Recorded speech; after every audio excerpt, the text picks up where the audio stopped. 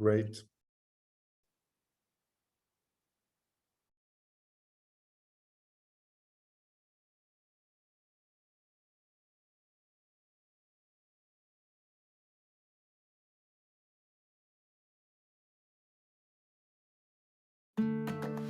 Vous avez des doutes concernant le développement de votre enfant de moins de 7 ans? Il ne babille pas à 18 mois. Il ne suit pas du regard. Il ne répond pas à son prénom. Il ne pointe pas du doigt. Ces signes vous questionnent. Levez vos doutes en consultant votre médecin généraliste, pédiatre, PMI, médecin scolaire pour qu'il réalise un repérage et analyse le développement de votre enfant. S'il constate un développement inhabituel, votre médecin pourra vous orienter vers un parcours d'intervention précoce pris en charge à 100%. Et ensuite, ce parcours est assuré par les professionnels de la plateforme de coordination. S'il est enclenché, ces professionnels vous proposeront un premier rendez-vous dans un délai de 3 mois maximum pour permettre à votre enfant de bénéficier d'une prise en charge sur mesure, d'une intervention précoce par des professionnels qualifiés, d'un parcours d'accompagnement simplifié pour réaliser un diagnostic, d'interventions coordonnées avec différents professionnels tels que des ergothérapeutes, des psychomotriciens, des orthophonistes, des psychologues. Gain de temps, facilité de suivi et garantie de prise en charge financière, ces plateformes sont des interfaces dédiées pour accompagner les familles dans le diagnostic des troubles du neurodéveloppement chez les enfants de moins de 7 ans. Présentes en Pays de la Loire depuis 2021, ces plateformes existent pour agir au plus tôt. Alors n'hésitez plus, consultez votre médecin dès les premiers signes d'alerte. Retrouvez les adresses des plateformes de coordination et d'orientation sur le site du CRA.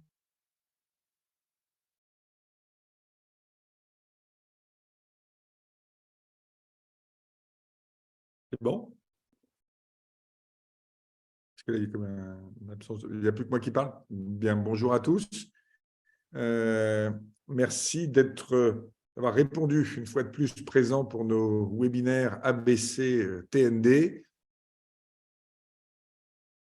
Au fond, qui sont des webinaires maintenant bien connus sur la région, vous permettant d'apprendre dans un temps réduit, mais avec des intervenants toujours plus prestigieux sur des sujets pratiques autour de la question des troubles du neurodéveloppement.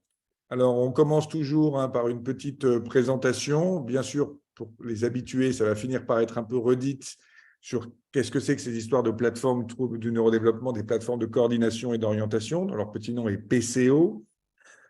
Ce dispositif a été mis en place en fait pour intervenir précocement. C'est la seule diapo un peu scientifique, rassurez-vous, pour intervenir précocement. Et à quoi ça sert d'intervenir précocement? C'est parce qu'en fait, la trajectoire, et en particulier ici, ça vous le montre sur les troubles du spectre de l'autisme, la trajectoire développementale des patients peut être, enfin des individus, peut être véritablement améliorée pour en tout cas à peu près 20% d'entre eux en intervenant très précocement et changer leur interaction sociale et donc au fond leur devenir à long terme. Pour d'autres, les résultats sont plus mitigés, mais si au moins pour un cinquième, on peut avoir des résultats vraiment spectaculaires, c'est-à-dire des changements de trajectoire et donc de vie de tous les jours, ça vaut le coup. Et pour ça, il faut détecter précocement. Alors du coup, vous savez qu'il y a tout un travail qui est fait par la délégation interministérielle à l'autisme à l'intérieur des troubles du neurodéveloppement, des plaquettes, des choses. L'idée, c'est d'avoir mis en place un livret de repérage qui est en ligne, qui peut être rempli par tout médecin qui verrait un enfant pour lequel il y aurait une interrogation sur la question du développement. C'est assez facile à remplir. Avec cet outil de repérage, on peut s'orienter vers la plateforme de coordination et d'orientation, qui, elle, ensuite, va coordonner et les soins, y compris les soins dans le libéraux, grâce à un nouveau droit à sécurité sociale qui a été ouvert et qui permet de prendre en charge directement, c'est la plateforme qui paye, ce n'est pas les parents, notamment les soins qui n'étaient pas remboursés, à savoir la psychomotricité, le bilan d'évaluation psychologique et la prise en charge psychologique. Bien sûr, le bilan et les soins pour la psychomotricité aussi et pour l'ergothérapie. C'est quand même un énorme avantage. Alors évidemment, coordonner des difficultés, ça ne change pas tout. S'il y a peu de ressources en libéral comme en public, c'est plus, bien sûr, c'est compliqué, ça ne change pas complètement les choses, mais c'est quand même une vraie avancée. Alors, c'est pour qui? C'est pour tous les enfants qui ont un trouble du neurodéveloppement suspecté, hein. Il ne s'agit pas de faire le diagnostic pour les envoyer.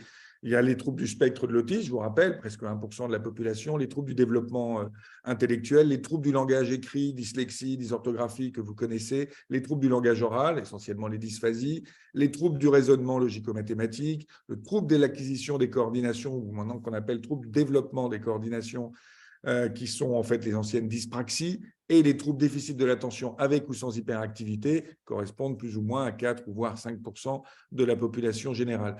Donc, c'est vraiment… Et puis, on rajoute aussi les tics et les troubles moteurs à l'intérieur de ce grand groupe qu'on appelle les troubles du neurodéveloppement, qui sont une classification qui est présente depuis 2013 dans le DSM-5 et depuis plus récemment, mais dans la classification de l'OMS, la CIM, dans sa version 11. Les plateformes de coordination, il y en a un peu partout sur le territoire. Là, c'était en mai 2022, ça date un peu quand j'ai fait cette capture d'écran du site du ministère. Olivier, Je ne suis juste, pas juste un petit mot, ton diapo défile pas.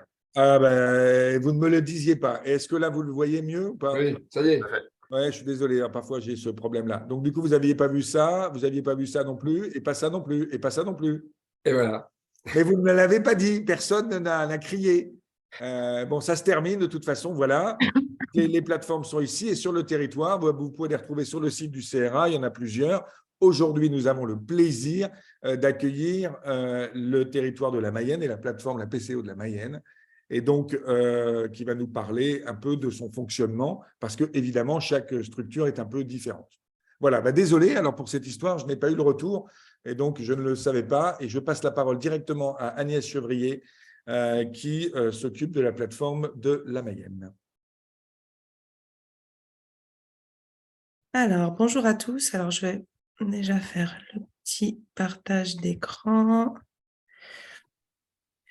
Donc, en effet, moi, je suis Agnès Chevrier. Je suis un des médecins de la plateforme de la PCO de la Mayenne. Alors, je voulais le mettre en… Est-ce que vous arrivez à le… Ouais, c'est bon. À le voir en grand. Voilà. Donc, je suis un des médecins de la plateforme de la Mayenne qui a ouvert déjà depuis à peu près 2 ans. Ici, en Mayenne, en tout cas, la plateforme, la PCO est portée par le CAMS de la Mayenne, qui est lui-même porté par APF France Handicap. Donc, c'est eux, en effet, qui nous ont soutenus et qui nous portent depuis le début. L'objectif, mais le docteur Bonneau l'a déjà dit, hein, l'objectif de la plateforme, c'est d'orienter et ou de coordonner la mise en place des interventions précoces.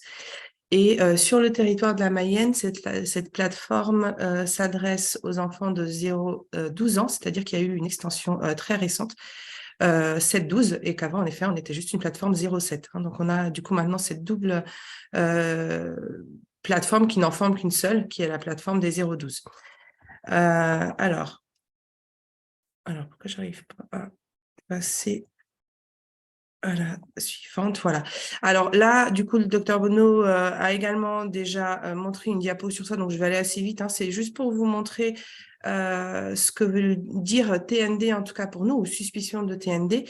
C'est vrai que maintenant, on a une définition très large hein, du TND qui inclut des troubles qui n'étaient pas inclus avant dans leur définition. Donc, en effet, on a en tout cas une panoplie de troubles assez large avec en effet des symptômes très divers. Voilà un petit peu la composition de notre équipe à nous, en tout cas au sein de la Mayenne. Donc, avec moi, j'ai le plaisir de travailler avec Pauline Garzon, qui est neuropédiatre et qui travaille du coup à la plateforme de la Mayenne. Actuellement, en tout cas, elle s'occupe plutôt de la plateforme des grands, moi plutôt de la plateforme des petits. Mais voilà, c'est des choses qui peuvent être amenées à être réévaluées en fonction de la charge de travail sur les petits et sur les grands. Nous avons également 2 coordinatrices, hein, Céline et Marie, qui travaillent du coup qui se partagent le travail entre les enfants. On a également une psychologue qui travaille avec nous. Alors, je vous ai mis les ETP à chaque fois parce que c'est vrai qu'on a l'impression qu'on est une grande équipe, mais en fait, c'est que des temps partiels. Donc, Pauline, la psychologue, elle travaille avec nous et actuellement, en tout cas, principalement sur la plateforme des petits. Manon, l'ergothérapeute qui travaille avec nous, plutôt sur la plateforme des grands, mais ce qui est, voilà, en tout cas défini comme ça actuellement. Lise, qui est notre assistante sociale, qui en effet s'occupe de tous les dossiers qui nécessitent un accompagnement ou en tout cas un avis ou des conseils ou une orientation, ou en tout cas un débroussaillage un petit peu de tout ce qui existe au niveau administratif et social. Notre secrétaire Émilie, et puis en effet notre direction, Catherine, les deux Catherine. Donc voilà un petit peu notre équipe. Juste pour vous dire qu'en effet, pour l'adressage à la PCO, c'est la même chose à peu près sur toutes les PCO, donc je vais aller vite, à savoir qu'en effet, il se fait par des livrets de repérage qui sont les mêmes au niveau national, qu'en effet, les médecins qui remplissent ces livrets peuvent coter une consultation très complexe, donc qui est cotée plus cher. Alors, c'est surtout valable pour les libéraux, mais c'est vrai qu'il peut du coup expliquer qu'on prenne une consultation plus longue et qui du coup ne va pas coûter, ne va pas vous rapporter 30 ou 25 euros, mais un peu plus, à savoir 60. Et c'est une cotation que vous pouvez utiliser une fois par an pour l'enfant. Donc, voilà. Ça peut en tout cas permettre une consultation, de planifier une consultation avec une rémunération qui est plus juste pour les médecins libéraux. On a également mis tout en bas là un petit diapo sur les recommandations HAS qui sont plutôt bien faites, je trouve, sur les troubles du neuronnement, qui peuvent être une bonne base, alors qui sont forcément une base pour nous à la PCO, mais qui sont, je trouve, il y a plein d'outils, y compris pour les médecins de ville, les médecins libéraux, il y a plein de choses à lire dedans. Alors voilà, c'est juste pour que on l'ait tous en tête. Alors, les signes d'alerte, en effet, là, je vous ai mis les premières pages des deux livrets de repérage qui sont différents pour la plateforme des petits et la plateforme des grands. Ils sont pour les deux disponibles en ligne. Ils sont facilement trouvables, téléchargeables, imprimables ou même pour celui des petits. Je n'ai pas essayé avec celui des grands, mais celui des petits, il est possible de le remplir en ligne, en fait, directement. Là, je vous ai mis des exemples de ce que ça donne en vrai au niveau du livret, mais je crois que le docteur Pinault va vous en reparler un petit peu plus après. Donc là, c'est par exemple sur un examen sur un enfant de petit, c'est la plateforme des petits, où j'ai pris par exemple un enfant qui aurait entre 2 et 3 ans. Et ben, en effet, il y a 3 pages à remplir. Alors, il ne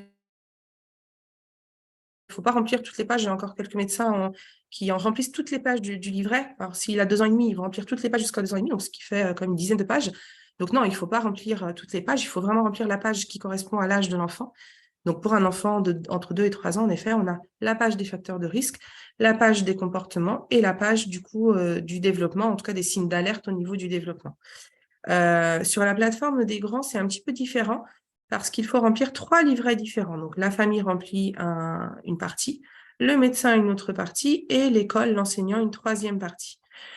Nous, en tout cas, là, je vous ai mis une diapo pour savoir, voilà, quand les informations arrivent à la PCO, comment on fait. Donc, on reçoit le livret de repérage, donc le livret du médecin pour la plateforme des petits et les 3 livrets pour la plateforme des grands. Sur la plateforme des petits, le livret du médecin est complété chez nous, en Mayenne en tout cas, par un questionnaire qui est envoyé aux parents. Donc, c'est les parents qui remplissent, voilà, comment ça se passe à la maison, quelles sont les compétences de l'enfant, quelles sont les choses que eux, parents, ont repérées. Et avec ces éléments-là, on peut étudier le dossier en commission. Une fois qu'on a étudié le dossier en commission, on a en effet plusieurs missions. La première mission, c'est toujours une mission d'orientation, c'est-à-dire qu'on va se poser la question de savoir est-ce que cet enfant-là, il nécessite une orientation vers un service spécialisé, un service de niveau 2, que ce soit le CAMS, le CMP, le CMPP, en tout cas pour la Mayenne. Et en effet, alors, soit il relève de ce service-là et le service est d'accord pour le prendre. Dans ce cas-là, il le prend. Alors, forcément, il y a des listes d'attente qui sont longues pour ces services-là. Donc, ce qui peut se passer, c'est qu'on peut, nous, à la PCO, prendre le relais en mettant en place les interventions précoces et en attendant, du coup, la disponibilité de ce service comme un service de relais pour le coup. Et là, en effet, si on met en place des interventions précoces, on va se placer dans un rôle de coordination où là, on va évaluer les besoins de l'enfant, donc demander les bilans nécessaires, que ce soit psychomote, ergo, psycho, neuropsycho, voilà, on demande les bilans. Puis après, en fonction des différents bilans, on va affiner les besoins de l'enfant pour savoir est-ce qu'il ne faut pas mettre en place des rééducations et si oui, dans quel bilan nécessite une rééducation. On ne fait pas forcément de rééducation dans tous les bilans qui sont demandés en en quelque sorte en débroussaillage. Et on a une troisième mission, hein, je vous l'ai remis parce qu'elle est dans les textes, qui est une mission d'appui. C'est plus qu'on est en effet à disposition pour tout échange ou information des professionnels ou des familles si elles ont besoin juste de questions ou voilà, voilà, si elles ont des questions. Voilà, j'espère que j'ai été assez claire. Alors, je vais juste arrêter le partage. Merci beaucoup, très très clair, limpide. Je passe maintenant la parole à Pascal Pinault. Alors, je vais essayer d'être aussi brillant en matière de partage d'écran. Normalement, ça doit être ça. Oui, voilà. Donc, je reprends ça comme ceci. Ah, voilà. On va être assez rapide parce qu'en fait, effectivement, apprendre, c'est répéter. Et ce que j'ai à dire, c'est que ça vous a déjà été dit, c'est que les outils en matière d'utilisation niveau 1, c'est d'abord l'outil standard qui est le livret, le carnet de santé, avec les différents examens qu'il est utile de plus en plus. Maintenant, il faut vraiment répéter que tous les enfants doivent être suivis avec des examens au moins à 2 mois, 4 mois, 9 mois, 24 mois, ceux qui sont conseillés. Qu'il y a pour ceux qui font partie du réseau Grandir Ensemble, les différents examens correspondant là aussi aux différents âges qui sont beaucoup plus étoffés, qui sont avec un esprit aussi neurodéveloppement. Et puis, il y a le dossier d'adressage dont on a parlé tout à l'heure, avec la brochure repérée et guidée, où on retrouve là aussi des âges qui se recoupent, qui sont 6 mois, 12 mois. Tout cela, vous le savez déjà. En ce qui concerne le sommeil, puisque le thème, ça va être sur le sommeil.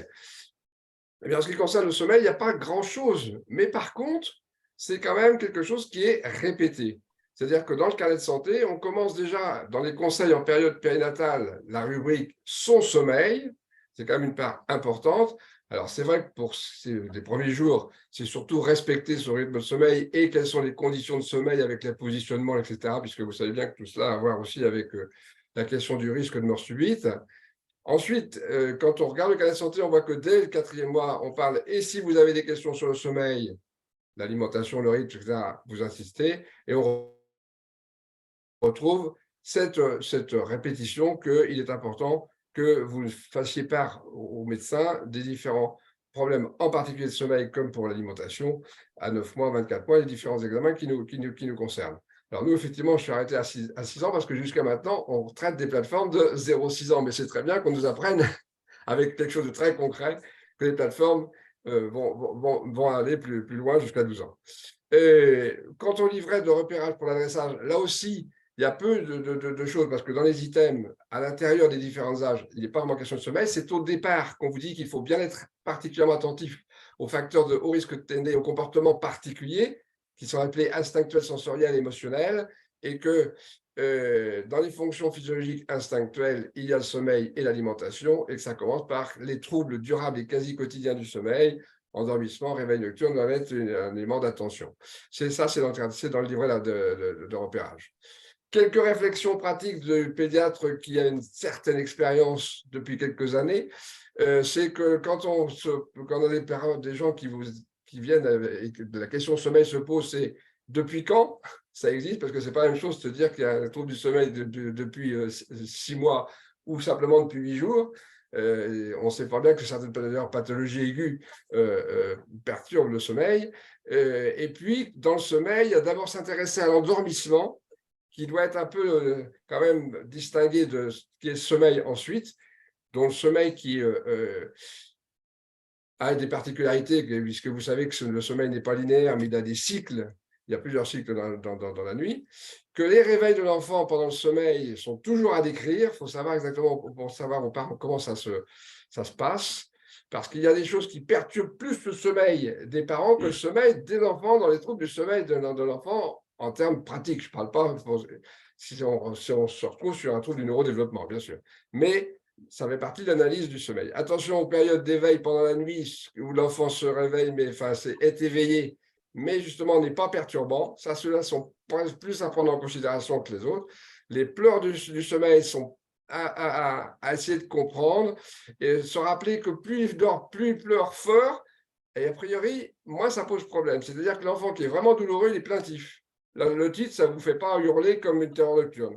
Et faut ensuite penser aussi à l'environnement et puis penser même au fait que les parents eux-mêmes, il y a des petits dormeurs, il y a des grands dormeurs et ça peut jouer sur le sommeil des enfants. Voilà, c'est tout ce que j'ai récupéré sur des outils qu'on utilise nous habituellement. Et je rappelle que c'est important d'être en complémentarité les uns avec les autres, qu'en pratique libérale, mais ça on vous l'a déjà dit, c'est important de prendre un temps pour bien faire le dossier d'adressage et que s'il y a une cotation particulière, c'est eux qui est à 60 €.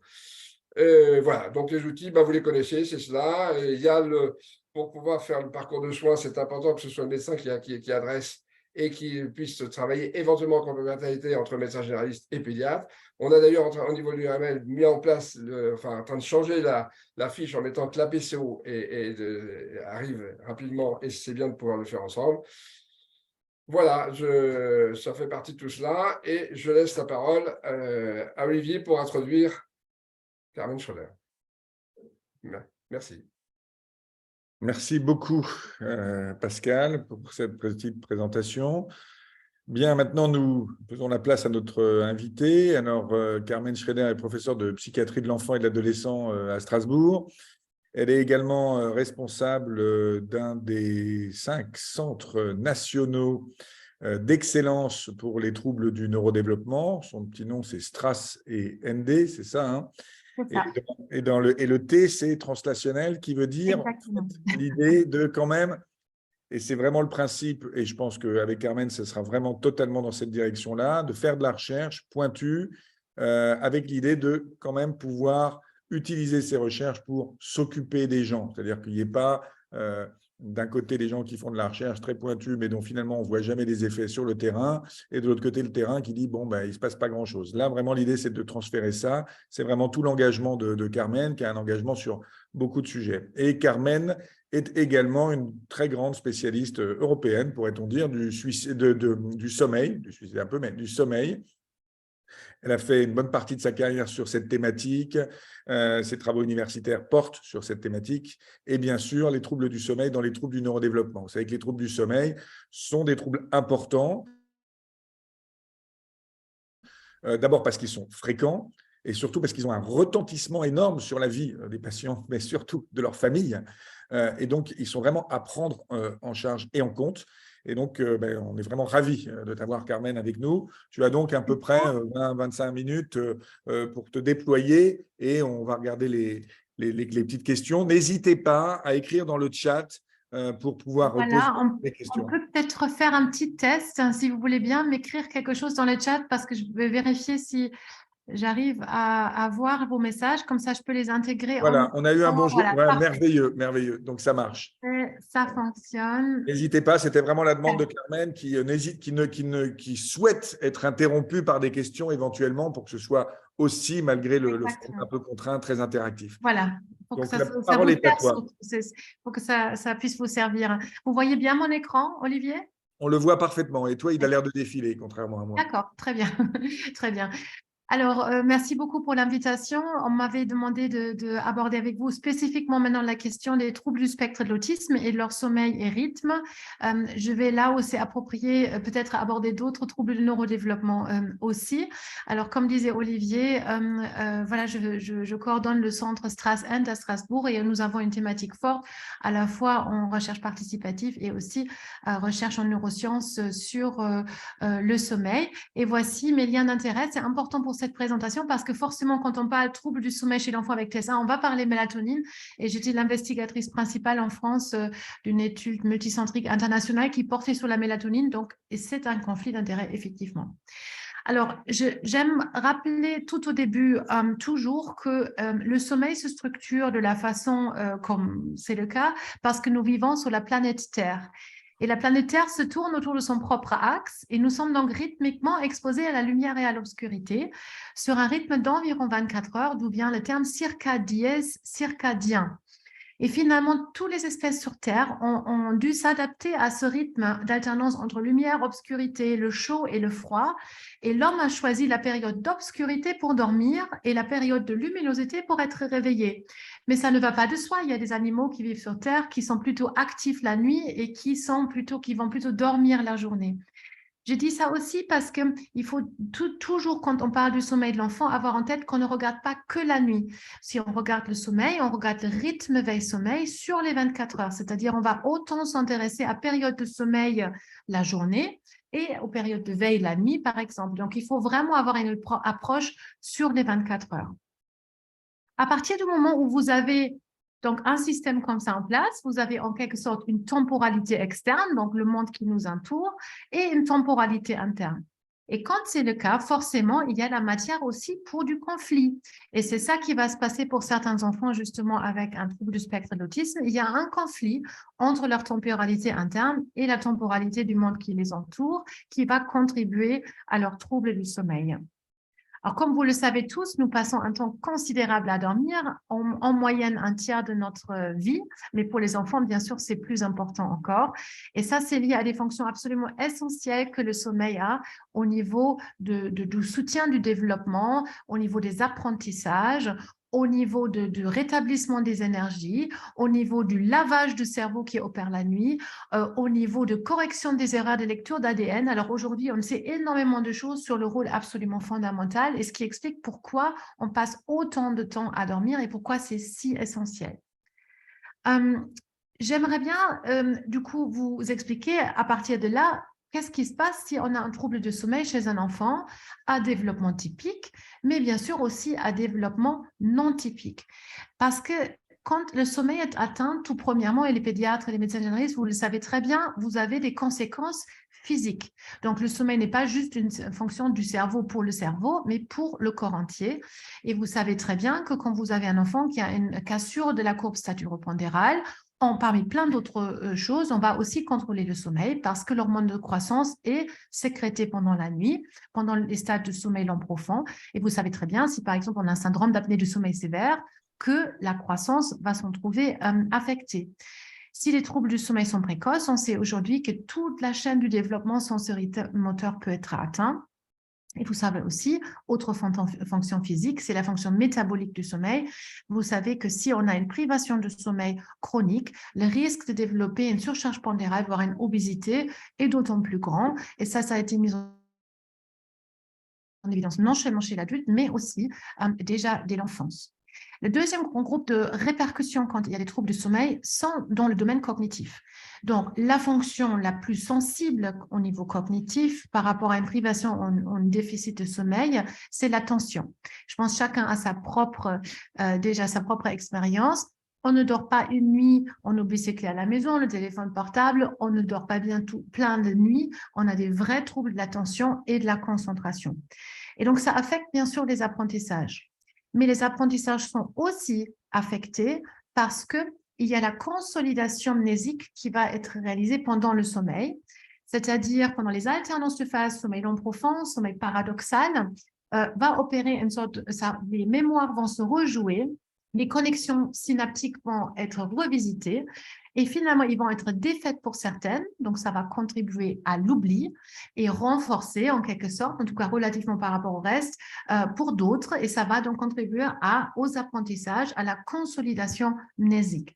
Si on a du coup des troubles du sommeil chronique, les apprentissages peuvent se trouver fortement affectés. Après, il y a ce qui est un peu évident, on ne dort pas bien la nuit, on est fatigué la journée, voire ce qu'on appelle, nous, en somnologie, on est hypersomnolent, c'est-à-dire il y a des endormissements involontaires qui peuvent survenir. Et ça peut être le cas à partir de la grande enfance, l'adolescence, c'est assez fréquent. Chez les jeunes enfants aussi, mais chez les jeunes enfants, parfois, on voit un autre symptôme qui va être témoin d'une grande fatigue, voire d'une somnolence la journée, qui est l'hyperactivité motrice. Parce que les jeunes enfants ont tendance à lutter contre la fatigue qu'ils perçoivent ou contre les accès de somnolence et vont plutôt se mettre constamment au mouvement pour lutter contre cette fatigue perçue. Donc, c'est un peu contradictoire. Du coup, parfois, quand on demande les parents, est-ce que l'enfant est fatigué, voire somnolent la journée, les parents vont dire pas du tout, il bouge tout le temps. En fait, si vous lui demandez, oui, mais si par exemple vous conduisez en voiture et vous attachez l'enfant dans le siège de la voiture, et là les parents vous disent, ah oui, mais on a à peine tourné autour du coin, l'enfant est déjà endormi. Donc, il peut parfois s'agir vraiment d'une somnolence un peu cachée derrière un symptôme plus évident de l'hyperactivité motrice. Puis, il y a tout le domaine émotionnel au sens large qui peut être impacté par des troubles du sommeil. Alors, ça peut être d'une manière plutôt un peu internalisant, sous forme de troubles plutôt anxieux, dépressifs, ou externalisant quand ça se manifeste davantage sous forme d'irritabilité, d'impulsivité. En tout cas, la régulation des émotions va être compliquée s'il y a un trouble du sommeil qui est présent. Et du coup, on ne s'étonne pas que la qualité de vie des familles est souvent extrêmement impactée par ces troubles du sommeil et sont donc importants de les connaître. Vous êtes tous des médecins de première ligne, pédiatres, médecins généralistes et médecins des PCO aussi. Et donc, si vous regardez déjà tout ce groupe de symptômes, vous voyez que si on a des répercussions essentiellement dans le domaine de l'attention, avec un peu d'hyperactivité motrice et un peu d'impulsivité, ça ressemble quand même drôlement à un TDAH. Si on a des répercussions essentiellement au niveau de la vigilance et éventuellement au niveau de l'humeur, on peut avoir des situations où l'enfant est plutôt en retrait social et parfois ça peut mimer un peu des symptômes en tout cas de retrait social. Si on a un impact essentiellement au niveau cognitif, ça peut ressembler à un trouble des apprentissages. Je dis ça parce que le sommeil ou les troubles du sommeil sont vraiment des diagnostics différentiels très importants pour tous les troubles du neurodéveloppement, mais aussi une comorbidité très fréquente. Et c'est ça qui est difficile. Donc, il va vraiment falloir systématiquement évaluer le sommeil quand on a un enfant avec un trouble du neurodéveloppement parce que il peut se cacher derrière cette symptomatologie des troubles du neurodéveloppement. Mais même si il s'agit d'une comorbidité, le sommeil peut aggraver finalement la symptomatologie des troubles associés.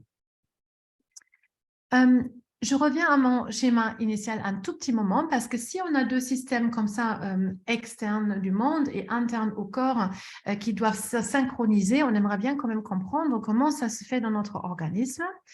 Et je vous ai préparé ici une coupe du cerveau. Vous voyez les yeux, les nerfs optiques et le croisement des nerfs optiques. Il faut savoir juste au-dessus, il y a une toute petite région qui s'appelle des noyaux suprachiasmatiques, juste au-dessus du chiasme optique. Et vous pouvez tout de suite oublier ça à nouveau, mais c'est le site de notre horloge biologique principale. Et cette horloge reçoit l'information sur cette luminosité du monde qui nous entoure via la rétine. Et vous voyez, c'est une voie directe ultra rapide, la voie rétino-hypothalamique, qui donne cette information de la rétine à l'horloge biologique. L'horloge biologique va le passer dans plein de régions du cerveau, et je suis très simplifiante ici, mais entre autres, va donner cette information aussi à la glande pinéale. Et s'il y a obscurité en fin de journée, la glande pinéale va produire et sécréter la mélatonine. Et vous me voyez venir parce qu'il faut bien qu'on connaisse ce système si après on veut parler des traitements. Donc, de manière endogène, la mélatonine est sécrétée donc au crépuscule, va préparer ainsi le sommeil, va être relativement élevé tout au long de la nuit et va baisser à nouveau vers le matin. Et ce signal de la mélatonine est bien compris par le reste de l'organisme et c'est un facteur qui va induire et protéger finalement le sommeil la nuit. Et donc, on va y revenir après quand on parlera des traitements. Qu'est-ce qui se passe maintenant entre l'autisme et le trouble du neurodéveloppement? Vous savez tous que c'est une association fréquente. Alors, pourquoi? Bon, vous connaissez la prévalence des troubles du spectre de l'autisme d'environ 1%. Je ne vais pas détailler plus. Vous savez aussi que la grande majorité des troubles du spectre de l'autisme sont comorbides. Donc, 70% de comorbidité dans les TSA. Mais parmi ces comorbidités, parmi les plus fréquentes, sont justement les troubles du sommeil. Donc, entre 50 et 80% des enfants ont des troubles du sommeil et ça correspond au moins 4 fois plus que pour les enfants du même âge. Alors, est-ce que ça a un impact? Qu'est-ce qu'on dit des parents déjà? Donc ici, je vous montre juste une étude qui avait été menée par une grande association américaine, Autism Speaks. Et à gauche, il y avait ce sont des parents d'enfants qui n'ont peu ou pas de troubles du sommeil. À droite, des troubles du sommeil sévères.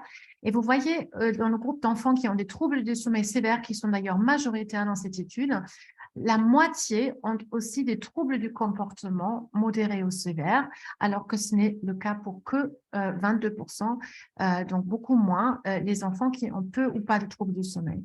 Et ça, c'est quelque chose qu'on peut confirmer aussi de manière objective, et ça, c'est ce qu'on fait dans mon équipe, ici, ma thésarde Inès Yavuz et ma postdoctorante Ève Reynaud. Nous avons donc tout d'abord souhaité voir comment on peut objectiver les troubles du sommeil dans l'autisme. Bien sûr, étant spécialiste de sommeil, je connais bien l'examen qui est le gold standard pour le sommeil, c'est la polysomnographie. Comme vous le savez, donc, il faut au minimum enregistrer un électroencéphalogramme, un électrooculogramme, un électromyogramme. Et vous pouvez bien sûr vous imaginer que ce n'est pas facile à mener chez un enfant avec autisme. Alors, nous le faisons couramment dans nos laboratoires, mais on sait aussi très bien que ce n'est absolument pas faisable partout en France, dans tous les laboratoires. Donc, on a voulu valider d'autres outils qui pourraient un peu nous donner une idée objective des troubles du sommeil chez ces enfants-là. Et nous avons validé dans cette étude un outil qui s'appelle l'actimétrie, donc un accéléromètre, pour déterminer la qualité de sommeil de ces enfants de manière objective. Et on a pu montrer qu'on a une bonne idée avec ces enregistrements du sommeil des enfants avec autisme. Donc ici, vous voyez des enfants, c'était mes enfants quand ils étaient encore d'accord de participer, d'être pris en photo pour les études, donc qui portent un actimètre. Et donc l'avantage, c'est que c'est bien sûr totalement non invasif. On n'enregistre pas réellement le sommeil la veille, mais les rythmes activité-repos. Mais ça nous donne une très bonne idée, si on le fait pendant des semaines à la fois à domicile, sur les rythmes de ces enfants. Alors, on a l'habitude de faire un double plot, c'est-à-dire on a les 24 heures ici d'enregistrement qui sont répétées dans la ligne en dessous, suivies par les 24 heures du lendemain, pour avoir le sommeil au milieu. Et je vais vous montrer quelques exemples de troubles du sommeil très typiques d'enfants avec autisme. Ici, c'est un garçon qui a 9 ans, qui a un TSA de haut niveau. Tout ce qui est noir, bien sûr, c'est l'activité. Tout ce qui est jaune, c'est la luminosité. Et quand l'activité baisse très fortement, là, c'est en général quand les enfants sont endormis. Alors, dans cet exemple-ci, vous avez un garçon qui est mis au lit vers 8h30 et vous voyez, il est encore bien actif après le moment où il est couché, donc il a un retard à l'endormissement. Après, il dort, mais vous voyez pas toutes les nuits, par beaucoup de nuits quand même, il y a des réveils nocturnes. Et ces réveils nocturnes, et cet exemple-là, on me montre cette actimétrie, je suis quasiment sûr qu'il s'agit d'un enfant avec TSA. Pourquoi? Parce que ces réveils nocturnes sont de longue durée. Ces enfants peuvent rester réveillés 1 heure, 2 heures, 3 heures d'affilée. Et vous voyez bien que s'il y a des réveils nocturnes longs, ben là, l'enfant, le matin, a vraiment du mal à se lever et le réveil est systématiquement très décalé. Bien sûr, ça c'est un exemple encore où un rythme de circadien est relativement stable, mais vous voyez ici que c'est des formes de troubles du sommeil beaucoup plus sévères. Ici, l'agenda de sommeil d'une fille de 6 ans qui a un TSA avec une déficience intellectuelle et l'actimétrie qui y correspond. Je vous laisse juste visuellement voir que le nombre de réveils nocturnes est plus grand, la durée est plus longue et cette fille est extrêmement active pendant les réveils nocturnes. Et il y a parfois des formes extrêmement sévères, comme ce garçon de 7 ans qui a un TSA avec une déficience intellectuelle, un syndrome génétique associé, où là où vous avez vraiment du mal à voir la différence entre le jour et la nuit, presque tellement les troubles du sommeil et des rythmes sont sévères. Donc, nous avons tout un spectre finalement de troubles du sommeil et on a pu montrer dans un protocole hospitalier de recherche clinique, un PHRC national multicentrique avec les centres de Lyon et Toulouse, nous avons pu montrer, et Tours, nous avons pu montrer que un certain pourcentage de la symptomatologie des enfants avec autisme venait en fait plutôt de leurs troubles du sommeil. 18% des symptômes d'irritabilité, 17% des symptômes de retrait social et 36% des comportements stéréotypés étaient explicables par les troubles du sommeil, sans peut-être aller beaucoup plus dans les détails ici. Ce qui en découle, c'est vraiment important de pouvoir les évaluer systématiquement. Mais là, on sait qu'en dehors des centres spécialisés, ce n'est pas si simple parce que les médecins se sentent toujours un peu démunis. Ils se disent, mais comment est-ce que je peux évaluer simplement? Comment je peux être sûr de ce que je dois faire? Alors, j'ai essayé vraiment de mettre à votre place. Voilà. Moi, je pense que le plus simple, ce serait déjà d'utiliser des échelles de dépistage validées en français. L'échelle qui est effectivement très intéressante, c'est le SDSC, donc c'est la Sleep Disturbance Scale for Children, validée en français pour 2 tranches d'âge, les 6 mois à 4 ans et les 4-16 ans. Je vais vous mettre à la fin des références de sites, vous pouvez gratuitement les télécharger, imprimer, c'est extrêmement facile à coter. Vous additionnez ici des couleurs ensemble et vous avez des cut-offs définis, donc des seuils définis pour vous dire là, on est vraiment dans une insomnie, là on a vraiment un risque de troubles respiratoires au cours du sommeil, etc. Donc ça, c'est déjà quelque chose d'assez simple à utiliser en cabinet de pédiatrie et de médecine générale, par exemple. Nous avons aussi, avec un groupe de collègues européens, réfléchi à encore moins de questions. Donc, nous avons développé un outil à seulement 7 questions pour valider le diagnostic d'insomnie. Ça aussi, pardon, ici, je l'ai mis en anglais, mais ça existe bien sûr aussi en français. Et quelques questions d'orientation, 3 questions qui permettent de savoir est-ce qu'il y aura éventuellement un risque de syndrome de jambes sans repos et de mouvements périodiques chez ces enfants, de troubles respiratoires au cours du sommeil, ou encore de parasomnie, où là peut-être j'aurais envie d'adresser un centre spécialisé. Si tel est le cas, sur l'un ou l'autre de ces questionnaires, vous pouvez aller sur le site de la Société française de recherche et de médecine sur le sommeil, où je suis également très impliquée. Et sur la première page du site de la SFRMS, vous avez une carte de la France et vous pouvez retrouver donc, tous ces centres. Et M. Farsi, non, en fait, vous pouvez bien sûr, ces questionnaires, ces échelles sont à remplir par les parents, donc ils peuvent être utilisés par n'importe quel professionnel. Tout à fait, on n'a pas besoin d'être médecin pour les donner aux parents. Donc, c'est très important, une fois qu'on a un peu une idée dans quel registre on est, est-ce qu'on est dans un registre d'insomnie ou est-ce qu'on suspecte quand même qu'il y a d'autres troubles du sommeil associés, après de prendre en charge ces enfants. Alors, soit on les adresse, si vraiment on pense qu'il s'agit par exemple d'un problème respiratoire au cours du sommeil, il faut les adresser. Mais si on est dans le registre de l'insomnie, à ce moment-là, on peut faire beaucoup de choses déjà en première ligne et je vais vous essayer de vous le détailler dans le temps qui nous reste. Alors, très important, donc premier niveau, très bien validé scientifiquement, sont des conseils psychoéducatifs aux parents, puis de revoir avec eux des bonnes habitudes de veille et de sommeil, ce qu'on appelait autrefois l'hygiène de sommeil, mais j'aime un peu moins ce terme, puis éventuellement débuter à minima les interventions comportementales. Mais attention, nous sommes tous des professionnels qui travaillons beaucoup avec les enfants avec TSA et leurs parents. On ne peut pas faire ça comme avec les enfants à développement typique parce que ces enfants-là, bien sûr, ont beaucoup de particularités et ça peut parfois embêter les parents et je les comprends vraiment quand on leur fait le récit de tout ce qu'il faudrait faire alors que c'est absolument pas réalisable pour leur enfant. Du coup, on a développé un outil justement pour les parents qui est une brochure, c'était avec le soutien des laboratoires Biocodex, mais on ne parle absolument pas de médicaments dans cette brochure. C'est une brochure pareille que vous pouvez télécharger gratuitement sur les sites que je vais vous montrer tout à l'heure, où les habitudes d'hygiène de sommeil sont adaptées déjà aux enfants avec particularité, avec des supports visuels qui sont adaptés.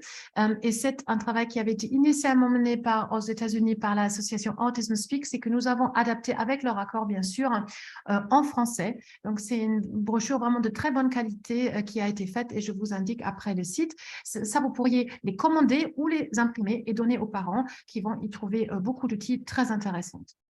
Et aussi des premières approches comportementales à mettre en place. Si vous voulez approfondir ce domaine-là, parce que là, c'est vraiment très court, nous avons créé avec plusieurs de mes collègues, soit pédopsychiatres comme le professeur Richard Delorme et Michel Sandreux, soit et Sylvie Torchman, soit neuropédiatres comme le professeur Franco, ou encore avec des chercheurs qui ont fait toute leur vie de la recherche sur la mélatonine.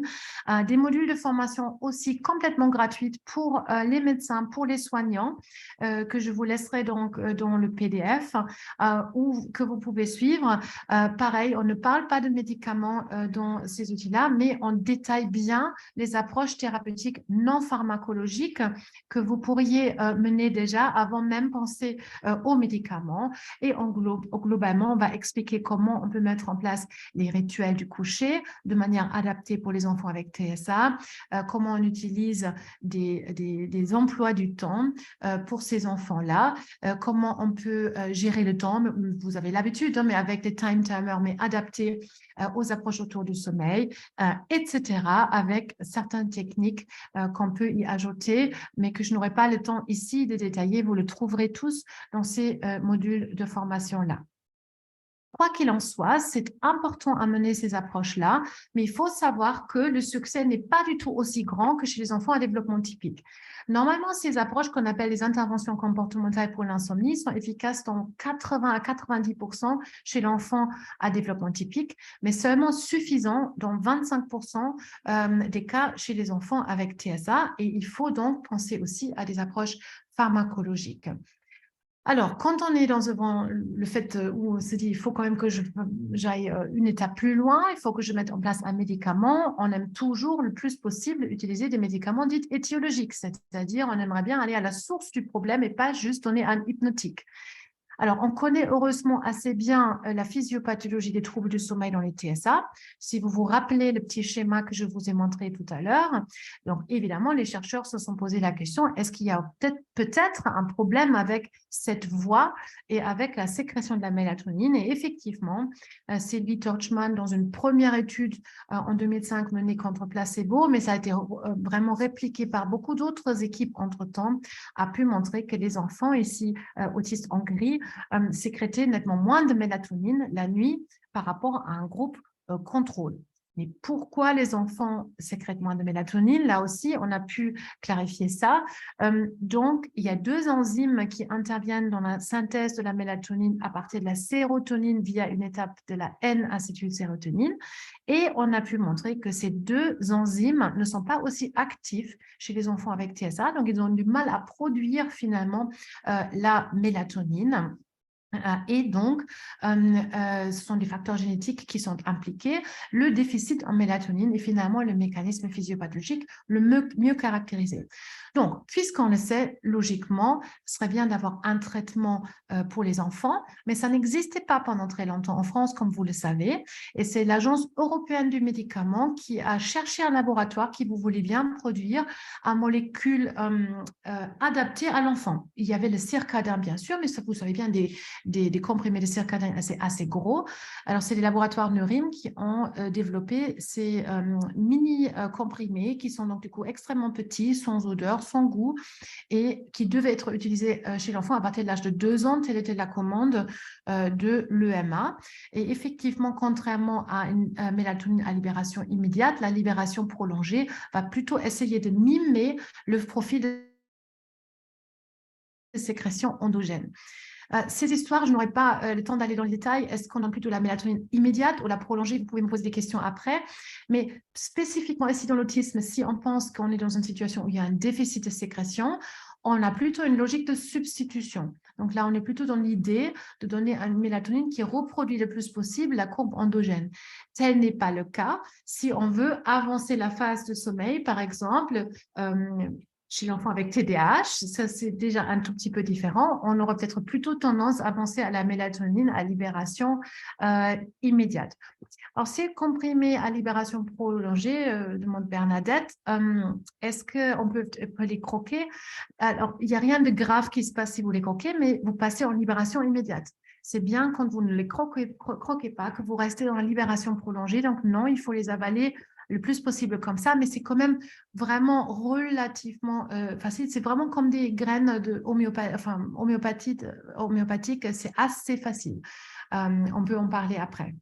Donc, si on donne ce traitement, est-ce qu'on arrive à restaurer finalement le sommeil et est-ce qu'on arrive peut-être même à restaurer le comportement puisqu'on a entendu qu'il y a tellement de troubles du comportement associés s'il y a des troubles du sommeil.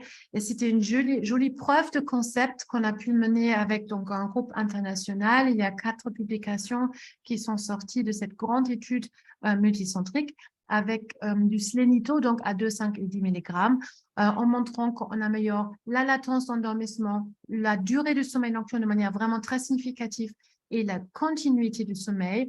On améliore aussi des comportements externalisants et on améliore la qualité de vie des familles. Donc, c'était une jolie preuve de concept finalement. Pour une fois, on a découvert le mécanisme physiopathologique, on a trouvé des traitements adaptés, on a adapté la formule à l'enfant, on a traité et ça fonctionnait. Donc, ça, c'est rare en médecine, mais ici, effectivement, c'est le cas. Donc, quand on donne ces traitements, quel est notre objectif? On aimerait bien... Je vais y revenir, Madame Decool. Donc, qu'est-ce qu'on souhaite avoir? On aimerait bien que l'enfant puisse s'endormir dans les 30 minutes après être couché au minimum. On aimerait bien qu'il y ait au moins 6 heures de sommeil sans aucune interruption. Alors, chez le jeune enfant, on aimerait bien que ce soit un peu plus long, bien sûr, mais ça ne veut pas dire 6 heures au total. 6 heures en continu. Et on aimerait bien que la durée du sommeil soit dans une fourchette acceptable pour l'enfant, qui est bien sûr âge dépendant. Et là, je me réfère aux données de la National Sleep Foundation aux États-Unis. Alors, si vous avez des hésitations, mais comment je dois mettre le traitement en place, donc on a largement publié sur comment mener ces traitements, mais on a aussi publié avec Stéphanie Biolac et Kathy Hill de Southampton des cas cliniques pour montrer un peu comment on manie ces traitements. Donc, pour rester dans les temps, donc je vais conclure et après, on a le temps peut-être pour quelques questions.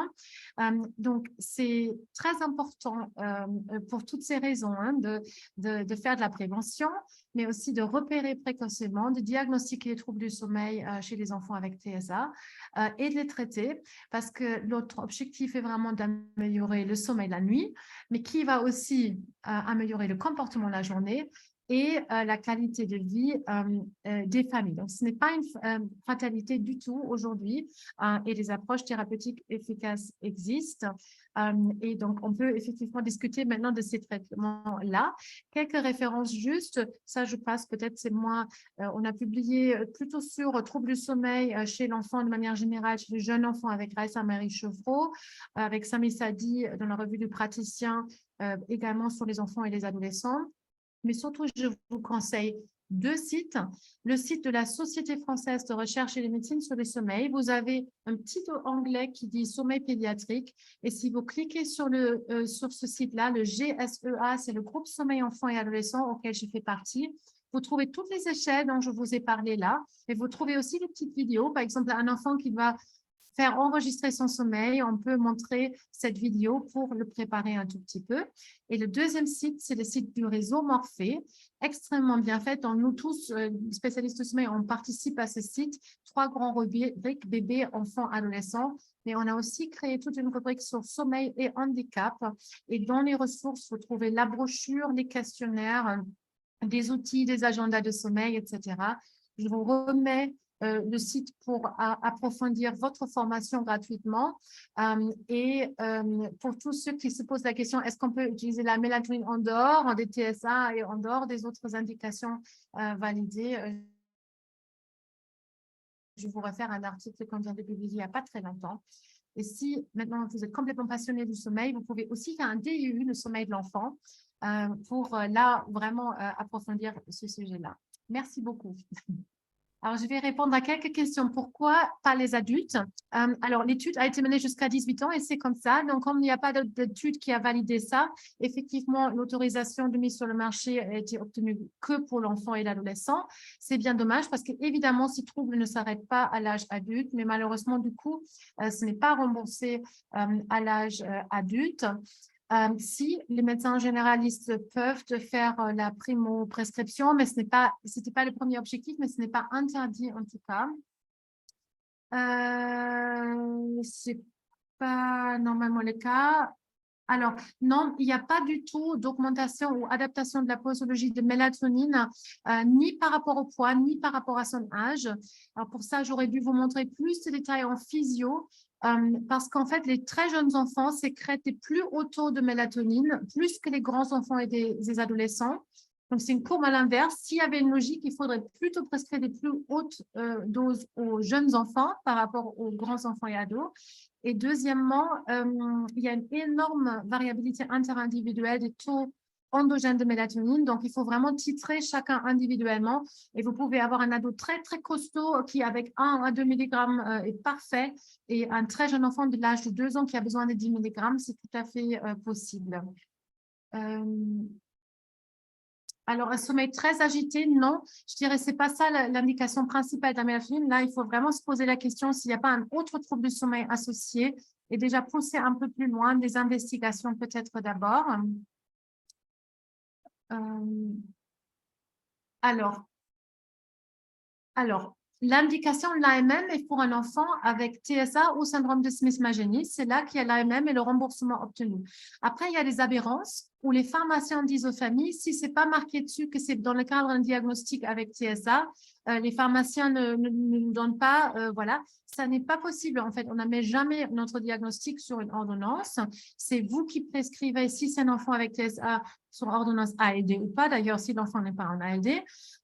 Et c'est la pharmacie qui doit donner. Mais effectivement, l'AMM est uniquement pour les enfants avec TSA ou syndrome de Smith-Magenis. Et toute dernière question, peut-être Madame ou Monsieur Viau.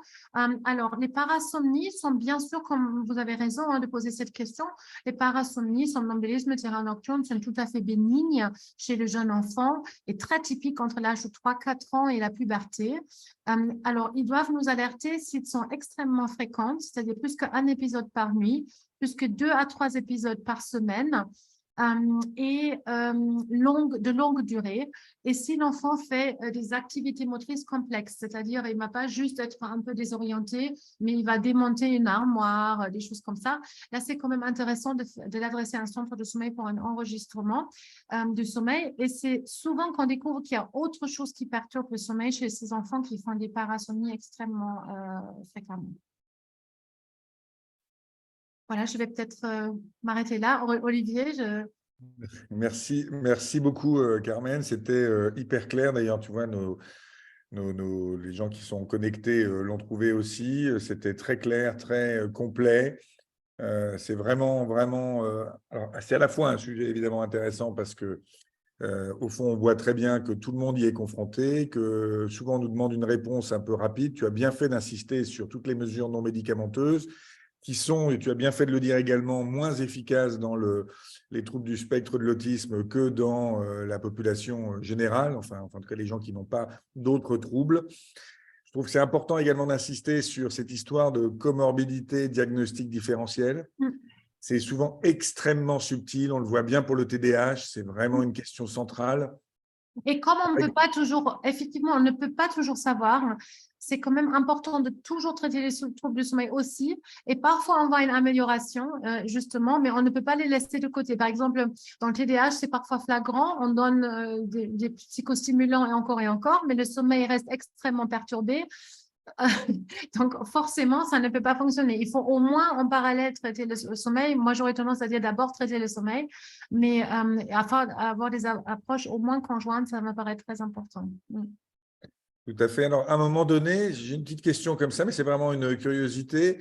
On avait des enfants assez clairs et qui avaient des sommeils très agités, avec des lits qui est dans tous les sens et compagnie.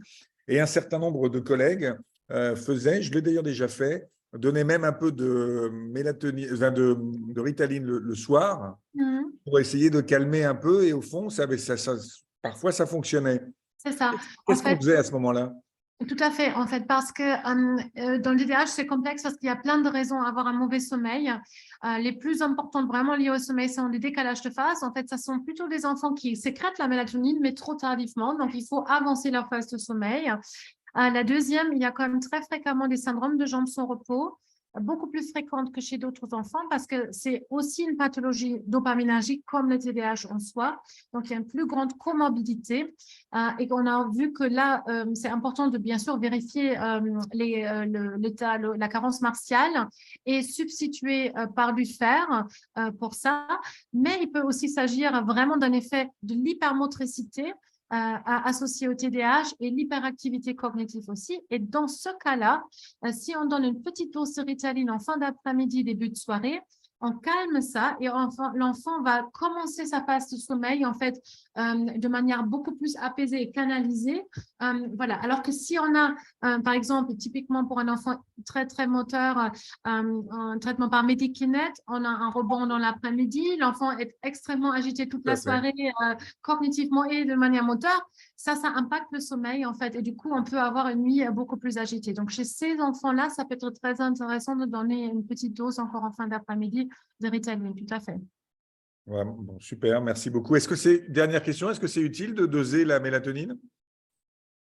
Non, alors je vais vraiment vous décevoir parce que c'est pas utile pour la simple raison que les taux interindividuels sont extrêmement variables. C'est-à-dire, c'est pas juste en faisant un dosage la nuit qu'on se dit il n'a pas assez de mélatonine, il en a assez. Il faudrait de toute façon déjà faire des profils, mais même un profil, on ne peut pas forcément dire que c'est une déficit. S'il y a vraiment rien qui est sécrété, oui, mais sinon c'est toujours en comparaison d'un groupe à un autre groupe. Donc en recherche très pertinent. Ça peut être intéressant s'il y a des décalages de phase et qu'on peut objectiver ça, oui, mais un déficit de sécrétion, c'est pas facile. Donc, c'est vraiment à partir de la clinique qu'on peut le suspecter et on peut faire un traitement d'épreuve et vous verrez bien, hein, souvent c'est assez spectaculaire. Hein, quand c'est bien indiqué, on prescrit de la mélatonine pour les parents, c'est le jour et la nuit. Hein, et ils vont vous être éternellement reconnaissants en général d'avoir retrouvé leur sommeil. Oui. Et toute la famille va retrouver le sommeil. Bon, il est 14 h, donc on a… Pascal, peut-être, tu voulais dire un petit mot? J'avais une précision par rapport à la Ritaline. Le soir, vous mettez à ce moment-là de la Ritaline standard. Vous ne mettez pas de la Ritaline Oui, bien sûr. Il faut préciser parce que quand même, maintenant, on prescrit souvent de la forme retard et là, il faut de la standard. Oui, là, c'est la LI, tout à fait. Bien, bah, écoute, merci beaucoup, Carmen Schreiner, pour cet exposé vraiment brillant, je dois le dire. Non, franchement, dans un temps vraiment contraint, beaucoup d'informations. Quelqu'un demande les diapos, mais en fait, on a le site Internet et en fait, tout est dessus. Merci pour les références. Et de toute façon, cette conférence, et comme toutes les autres, sera en ligne sur le site du CRA. Merci à tous. On peut reprendre nos activités normales. Merci encore, professeur Schreiner. Et à toute l'équipe du CRA, Pascal et Agnès Chevrier. Merci Olivier, merci Agnès. Au revoir. Au revoir. Au revoir. Au revoir.